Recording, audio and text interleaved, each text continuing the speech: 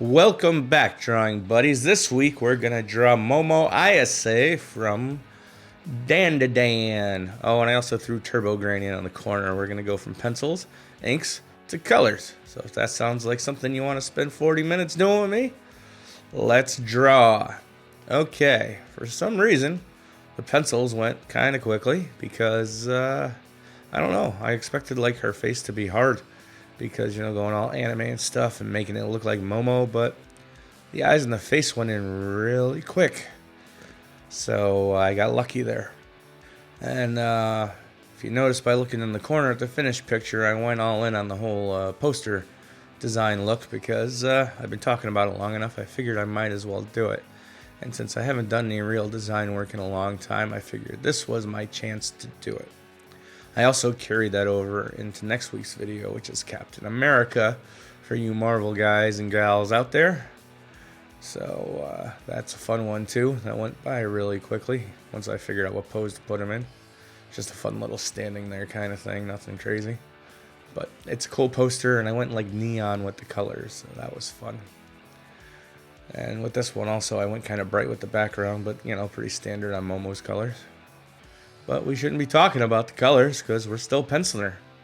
I was also worried about her hair because she has a very distinct hair thing going on in the front of her head with the crossing bangs and everything, and then the upturned, almost feather-looking things in the front. So I was kind of like, dang, that's going to be hard.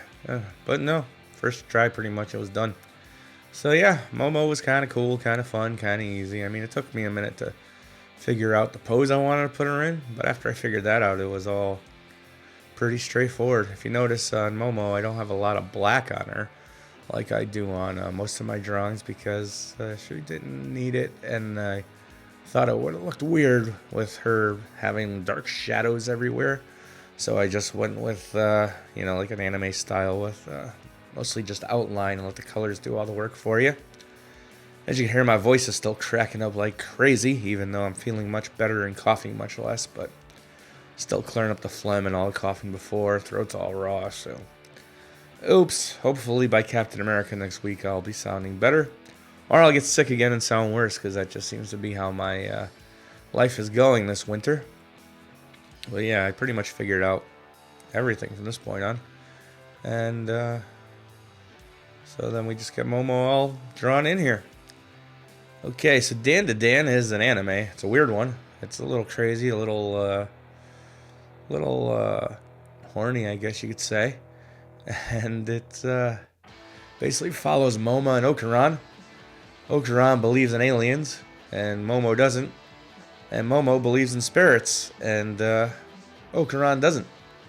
So they go to prove each other wrong. And that turns out to have been a very, very horribly bad idea. Because Momo ends up getting abducted by aliens, and Okuran ends up getting possessed by a demon. So, yeah, that's where that goes. I started watching Dan to Dan because I have a friend who watches all the new animes as they pop up, and then he picks the good ones that he likes, and he keeps watching them. And then he throws me recommendations every now and then, and Dan to Dan was one of his recommendations, and I watched the first episode, and I'm like, I'm not too sure about this, but the animation was really great, and I love the style and the way it was drawn. It was better than your average looking anime, I thought, so I went with it and stuck it out, and I'm glad I did, because it was really freaking fun. So, let's see what happens. So, they end up in school. Momo's all depressed because her boyfriend dumps her. And for some reason, she talks to Okuran. I don't remember why, even though I literally just watched it yesterday. And they start arguing over aliens being real and ghosts being real. And then they get no fight and whatever. And then she apologizes for being so hard on him. And she says, there's no such thing as aliens. And he says there's no such thing as ghosts. So she tells him to go to this haunted cave where there's supposed to be a ghost or a demon, and he tells her to go to this place that's supposed to be really attractive to aliens. So she goes there, and they both go alone. Not smart. So Okuran gets confronted by Turbo Granny, the 100-kilometer an hour running demon thing, and she catches him, of course, and she possesses him by stealing his, we'll call it manhood, since I don't know how far I could take all this stuff in a YouTube video. And she possesses him, and he basically becomes Turbo Granny. And then Momo gets attacked by aliens, and not attacked, abducted by aliens, and the aliens are a weird-looking, nerdy species that look like odd humans. At least to us they do. I don't know if that's what they really look like. And they have her strapped to a chair, pretty much in her undies. And they say that the members of their species are all male. So to procreate, they need to steal the banana organs, as they call them, from other species in order to reproduce. So they decide they're going to do that to Momo.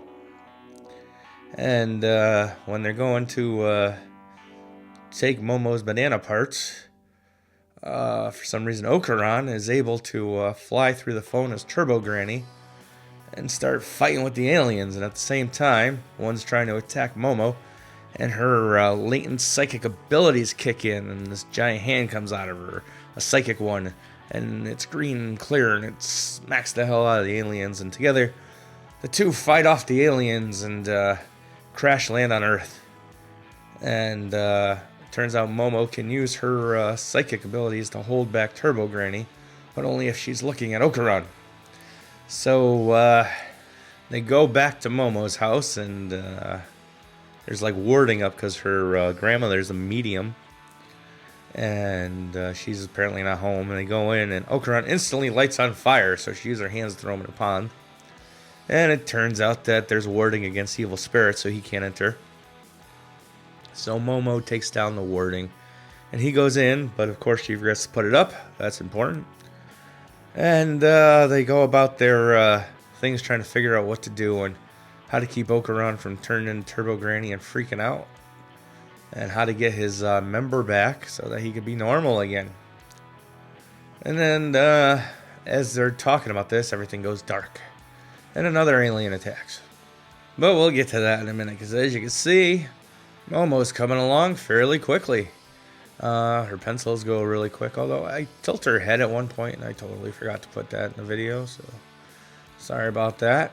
But other than that, you see everything. I was gonna put the Dan to Dan text going downwards on the side of Momo there, on that big empty spot, but I decided that I didn't really want to do that, and that it just looked empty. So I decided to throw in Turbo Granny, make it a little bit of a group shot, because she's super easy to draw. Just a circle, some big old eyes. And so we threw her in there, and if I do one with Okuran, I'll put something else in there too. Not the pink-haired girl, though, because Okuran should be with Momo. But something.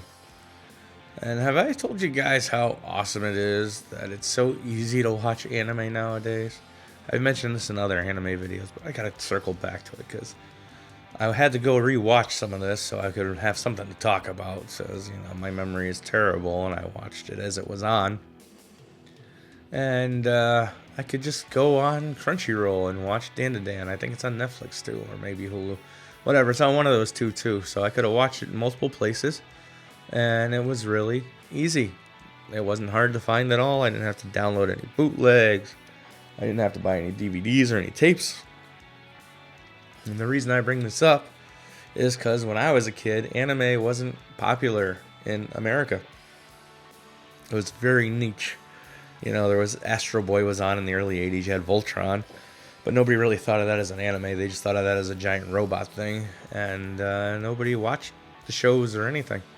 And the only way to get the stuff was either to buy a bootleg at a comic show or some other kind of show where the kids would set up. They were, I'm going to guess, Japanese, because they would import the tapes from people they knew in Japan. And then they had a girl over here in America who spoke fluent Japanese, so she would translate everything. And then they must have had some weird VHS setup where they could put the subtitles on the bottom of the screen themselves, so you were getting multiple generation copies of tape, because they just kept because the copy they were making your copy from was a copy of the original because they had to put the letters on it. And those tapes were still not cheap. They were still like $20 each, $15 each, maybe more. I don't remember, but they weren't cheap. Or if you were lucky enough, your local Suncoast Video would have an anime section, and there, to buy a couple episodes of, let's say, Dan to Dan, you'd be paying $40, $50, sometimes $60, $70 for like a 2-episode tape, sometimes a 4-episode tape. So it was a real pain in the neck to get anime back then. And so I didn't really watch shows. I watched movies because, for $30 you got a movie. So when I got paid every week, I would go down to the video store and I would buy a movie. Or if I was at a comic convention, I'd get some kind of bootleg off the bootleg guys. And that was pretty much it until later in the 90s, like the mid-90s. The local Blockbuster started renting out tapes, so I was able to watch like Battle Angel, Alita, and stuff like that. And eventually Cowboy Bebop came, and I think my local video store started carrying anime too. But at the time, there was no like channel on cable that showed anime. HBO didn't show them, not even at night. And that was pretty much it. Oh, pencils are done. Time to move on to the inks. As you can see, I drew Turbo Granny, a kitty form, really freaking fast. And then we ink her. So yeah, you couldn't just go back and watch an anime. You had to either have a tape or have a friend who had tapes. And my friends were not into any of this stuff. My friends were, more meat of the earth types. They were tradesmen and stuff like that. They didn't draw. Well, I had one friend who drew. I hung out with a lot, and he was my drawing buddy. But for the most part, they didn't even like sci-fi except for Star Wars. Everybody loved Star Wars. But, Star Trek, nobody. I was the outcast of my group, watching all the weird, nerdy stuff. I remember one time, Nightmare Before Christmas came out when I was a senior in high school. And I wanted to see it, and I didn't have a girlfriend at the time, so I couldn't drag my girlfriend along to see it. So I told my friends, said, hey, Saturday we're going to the movies. Like, well, for what? What are we going to see? Because we didn't really go to the movies either. This was something really interesting. And I said, we're going to see The Nightmare Before Christmas. Like, isn't that a goddamn cartoon? I said, yeah, it's a cartoon. They're like, and you want us to go see the cartoon? I said, yes, I do. And to their credit, they went with me. And we saw The Nightmare Before Christmas. And there was a really cool banner of it. Like a big, 6 to 8 foot banner in front of the theater. It was like 2 colors. Well, it was 3 colors. It was white, black, and yellow. And I wanted to steal it so bad, and they wouldn't let me.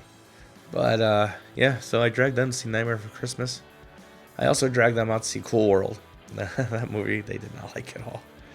But they were good friends, so they supported my geeky weirdness, even though they didn't really partake in it themselves. Although secretly, I think some of them wanted to see Nightmare Before Christmas, so it's just an excuse to go. So yeah, and to watch anime was rough back in the day. I had Vampire Hunter D, some other movies I don't remember the name of. A friend of mine actually still has them all, because when I stopped having a VCR and moved on to DVDs, I got rid of all my VHS tapes and I went to throw them away. And a friend of mine, Phil, he's like, oh, don't throw those away, I'll take them. So he took them all. He still has them, because Phil doesn't throw anything away. And it kind of stinks, because one of the shows I had was called The Serial Experiments of Lane, which is a really weird cyber thing from the 90s when computers were this new technology, and it was unknown, and what's going to become of this? Is it just a fad? Is it going to take over the world? And Lane was about a girl trying to become one with the internet, I think. It was weird. I haven't watched it in a while. But those tapes are worth a lot of money now. I looked them up to see if I could get them. And I think a tape goes for between $200 to $400. It's nuts. Especially since you could buy a Blu-ray for like $40 on Amazon. So I kind of downloaded Lane off of the Internet Archive, and I haven't watched it yet, but I do want to, and I will get to it. Probably won't do a drawing from Lane, because I don't think anybody really knows much about it, except for really a niche part of the anime crowd that's into the vintage stuff. But it's really great if you want to go watch it.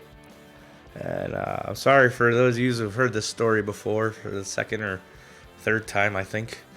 But it's a good story, and not a lot of people watch my videos all the way through. And I'm hoping eventually one of them will break through.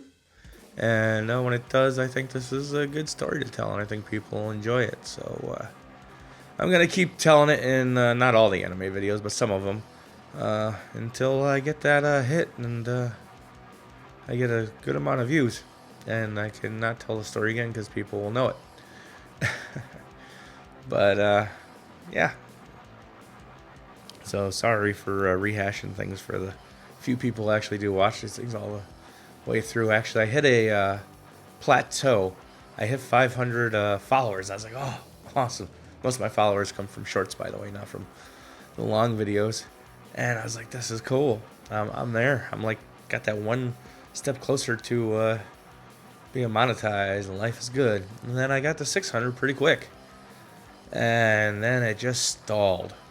I've been in the 30s for like 3 weeks now. I go up, I go down. I get 3, I lose 2. I get 2, I lose 3. And it just is a vicious, vicious cycle. And I'm not sure what it is because the views are down by like more than half overall. At first I thought it was because they initiate a thing where they do the auto translation, and that pretty much dropped things way down. So I shut that off, and things got better for a little bit, and then they went back to being terrible. So I don't know if I should try turning that back on, or maybe my videos are just terrible. I have no idea, but I'm going to keep going because I'm having fun doing this. So as long as I'm having fun doing this, hopefully there will be a few people out there watching who will also have fun hanging out with me and talking about this stuff, because I really don't have anybody else to talk to about it in real life. My son doesn't care about this stuff. My friends don't care about this stuff. Well, Adrian does, but I only see him every once in a while when we go to the movies. And he'll message me every now and then, hey, did you watch this one? Did you watch this one? And then we'll text back and forth for a little bit. But that's about all I get for discussing comics and anime. So you guys are all I got right now. I mean, I have friends. I'm not like lonely and miserable. I have friends who I go out to lunch with and hang out with on the weekends sometimes, and we do things and go places and go to concerts sometimes and casinos, but we don't talk about this kind of stuff because they're just not into it. At the most, I get to talk about Star Wars every once in a while with another friend of mine who's a big Star Wars apologist. Even though the new stuff's been terrible, he still has to watch it, and he still has to support because it was such a big impact on him as a kid, on all of us, really. My first core memory is of Star Wars. I think I told this story in another video too, but I'll tell it again. I was 2 years old when it came out, 1977, and apparently my mother dropped my brother off to go see it. He was 8 years old if I was 2, because that was allowed back in the 70s. You could drop your 8-year-old kid off at the movies alone and then pick him up later. Nobody batted an eye. And my mother went to pick him up, and she brought me with her. And I don't remember any of that stuff. But the part I do remember is walking up to the door of the theater while we were waiting in the lobby and opening the door. And I remember it was the last scene. Luke and Han getting the medals, and Chewie getting screwed out of a medal, and R2 and 3PO getting screwed out of a medal. And walking down. And I remember the lady working at the movie theater yelling at me, "Shut the door, kid!" And so yeah, that is my first real core memory, and it's Star Wars. So take that what you will. There's also a cool picture of me from 1978, because you had that thing where the figures weren't ready yet, so you bought the piece of paper that guaranteed you the toys. So there's a picture of me at 3 years old, 4 years old. And I'm surrounded by all the Star Wars toys that were available at the time. The figures, the large 12-inch figures, I think they were, and a couple ships. And I gotta find that picture, see if my parents have it in an album somewhere, because it's pretty awesome. So for people of a certain age, Star Wars was a huge thing. And like I said, even my friends who weren't into sci-fi and thought Star Trek was stupid and didn't read comics and thought they were stupid, they all loved Star Wars. Like I remember when The Phantom Menace came out, I went to see it with everybody I went to art school with. We went to the midnight show and made a big deal out of it. But when I came home that weekend, all my friends wanted to go. So, we all got together and we went to see The Phantom Menace, and we did that for all of the new movies. Even though quality was varying on them, we still wanted to see them because it was Star Wars, and we finally got new Star Wars. And the inks are done. It is time to color Momo. I didn't think the colors for Momo would take very long, but they kind of did. And I don't think it's because I got all fancy with the background either. I mean, because the Momo letters, I actually had to draw those myself. I couldn't find a font that I liked or one that matched the Dan enough that I wanted to put it there, because I follow a rule that I learned a long time ago, is that no page or no design should have more than 3 fonts on it. And I take that to the extreme. I try to keep it down to 1 or 2. Obviously, the Momo and the Dan are different fonts, and I got the Japanese name going behind her. But I still didn't want it to be like a completely foreign bubble font or something I could get off the shelf. So I took the Dan logo and I put it on another page, and not this one. And I sketched out an M and an O, and I'm like, all right, that's cool. And then I copied them, and then I drew them again so that they looked a little bit different. And then I put it all together and brought it into here. But I don't know why I'm talking about that now. We didn't get to that part yet. So right now I'm still putting in the flat colors for Momo. Telling you, someday I will figure out a linear way to do this. Maybe I should write a script and follow a script. But I think that's kind of boring, and it takes the spontaneity out of the video. But then again, if I made a script, I probably would have talked about Dan more. I talked about Star Wars and behind anime a lot more than I have Momo so far. So, oops. But we should get back to that. But we'll finish the Star Wars thing first. So we all went to see Star Wars. And then Star Wars was forgotten again. And they talked about picking it up and doing another trilogy with the original people and all that. And that never happened. And then out of nowhere, Lucas sold it to Disney. I was like, oh, well, they can't make it any worse than the other 3 movies, right? Boy, was I wrong. Disney friggin' ran Star Wars into the ground. I mean, me and my most skeptical friend ever, and my father wanted to go too, so he went, my son. We all went to see The Force Awakens. And we all agreed it was just a rehash of the first movie, but we also thought it was a good start for a new trilogy, because then they could build off of it. You have your Empire Strikes Back chapter, or go somewhere else with it. Then you could have your Return of the Jedi, and everybody wins. And, they didn't show Luke yet, so I was like, oh, what's going to happen with Luke? Do we finally get our big Luke Skywalker moment where he does the coolest thing ever, and we all get to die happy because we saw that? And, so yeah, we were all excited for that. Except for the part where they killed Han, because then we realized we weren't going to get a moment with Luke, Han, and Leia together again, and that was kind of sad. So, yeah. But then Rian Johnson came along and decided he didn't want to follow the outline and do his own thing, and made a terrible movie. Not only because it's a bad Star Wars movie, just because it's a bad movie. It makes no sense. My biggest gripe is the Master Codebreaker guy. When they break onto the Super Star Destroyer thing that's chasing everybody. Here I am figuring out what to do with the Dan logo and all that stuff, but we'll get back to that. Tangents. And they capture everybody, and that guy's like, sorry kids, but I sold you out. And he told the bad guys the plan, that they were all escaping to this planet, and while the Imperial ships were chasing them.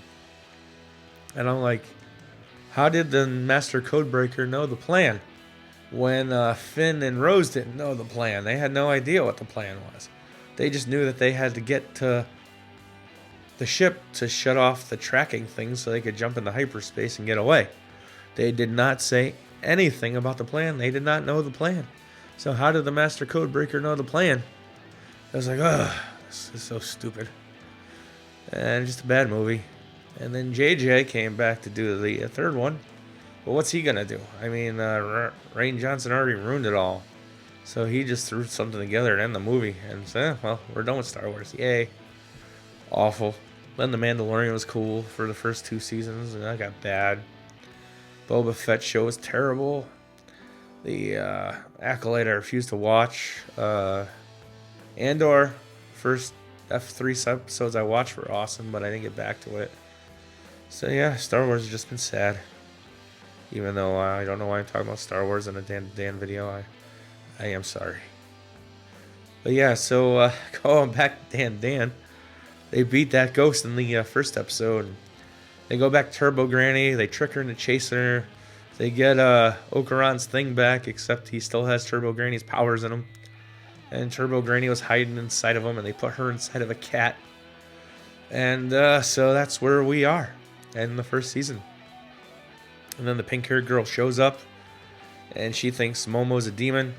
And she's also hitting on Ocaron. Well, first she was mean to Ocaron, and that's why Momo hit her in the head with a bucket. But she thinks Momo's a demon, but she also found one of Ocaron's testicles, golden testicles, which gave her the ability to see spirits, and spirits the ability to see her. So this one attacked her, and she ended up getting unalived. But the lady had a really sad backstory. She just was a mother trying to take care of her kid, but somehow she got mixed up with the mob and was taking money from the mob to take care of her daughter. And the mob found out and did terrible things to the family, which we won't talk about because here's the Momo thing where I made the Momo, sorry. And tacked it in there. I didn't throw the actual tracing on the letters because I didn't think anybody would want to see that. But if you did, I'm sorry. But the ballerina demon with the crazy hair thought that the pink-haired girl, whose name I should look up, but I'm not going to because we've already established that she's the pink-haired girl, was her daughter, who she lost, unfortunately. And so she offers to save her, to realive her, by putting her essence into her and basically kickstarting her. Which they do, and then it turns out she ends up with demon powers too, even though she thinks she's sent from the Lord to save us all from the evil Momo Ayase. But, you know, it's cool. But as you can see, I didn't really do any shading on Momo to begin with. I kind of rushed right to the background because I wanted to get that done because I thought it would be fun. And it was. And I went back to a similar thing for the Captain America video next week. And he's a simpler drawing, but he makes a really cool poster. And first I colored them all straight, which I think I'm going to figure out a way to show you both sets of colors. But the final colors are very bright. I went kind of neon-y. I don't know how it's going to print, but on the screen it looks really cool because instead of, like a red, I have like a really bright magenta, and then the blue is a really bright greenish blue, and his face is more oranges and yellows, and it's really cool. And I'm excited to get that video up next week because it was a lot of fun. And then after him is Hellboy. And Hellboy, even though it took a while to pencil Hellboy because I was just having trouble figuring out parts of how he works, he's very simple. Just a lot of black and not much of a background. But that's what Hellboy is, and that's why it's cool. So that'll be in 2 weeks. And then after that, I think I might do a Harley Quinn because I've been thinking of doing Harley forever and I just haven't done her. So she might be coming up, and I still want to do the Toga and Twice drawing, so that'll be coming up. And so yeah, we got a future schedule planned out for a bit. If you guys want to see anything and it's something that I think I can fit in here, let me know, and we'll try to get to it. I also want to do Optimus Prime. You guys like Transformers? Are they still cool? Doesn't matter, I'm going to draw them anyway, but I do want to do an Optimus Prime. So he's on the list. And as for this, as we're working on the shading for Momo now, we finally got to that because, like I said, I wanted to get to the background because that was the fun part. And since I had her flat colors in, I figured I could figure out what to do with the background. Then I went really bright and neon-y and fun because, if you've seen Dan, you've seen the titles. The titles for Dan and Dan, the intro credits or whatever, are really fun and colorful. And the song's kind of fun and colorful, if you could use that word for music. So I wanted to bring that feeling into the drawing of Momo with the background and the whole poster thing. So the blue in the back is the Dan logo in Japanese, or I think it's Japanese. I don't know, but I can't read it. But so I put it all in there, and I think it's a fun poster, and I can't wait to actually make a print of it. This is one I actually want to print out pretty big, but I don't have a very large printer, and I go down to a local print shop to get my prints. Maybe I'll find out what an 18 by 24 will cost to print there and print one of these out, because I wouldn't mind hanging that up in the studio room here. It'll be fun. I think I should do that to keep myself inspired, because like I said, my numbers are tanking, and I don't know why. Maybe it's just bad videos. Maybe it's around character choice. Maybe it's the time of year. Maybe it's because I've been sick and my voice is terrible. I don't know. But like I said, I enjoy making the videos, so they're going to keep coming. So those who actually watch, I appreciate you for being here. I appreciate you for coming back, and I appreciate you for supporting everything. So the videos aren't going to stop anytime soon. I will get one out every week. I've even done it through being sick. So and I hate doing things when I'm sick. It drives me crazy. So because I just want to lay in bed and die. But I got it all done, and I kept working through it, as you could hear. So yeah, Dan, the pink girl, ends up with getting saved by the ballerina demon with the essence, and it turns out she has their power, and they end up fighting the shrimp guy in the school and all that stuff. And the shrimp guy's kind of like a mercenary, because his son's sick and needs a transfusion every day, and it's really expensive on this planet. But it turns out that the blood of the shrimp guy is just old milk. So the grandmother gets him a cow, which I guess the cow doesn't survive very long on this planet. So he ends up coming to Earth and working on the guy's farm to help save his son, and he ends up helping him out in the second season. And Gigi, he shows up. That was Momo's best friend as a kid, and he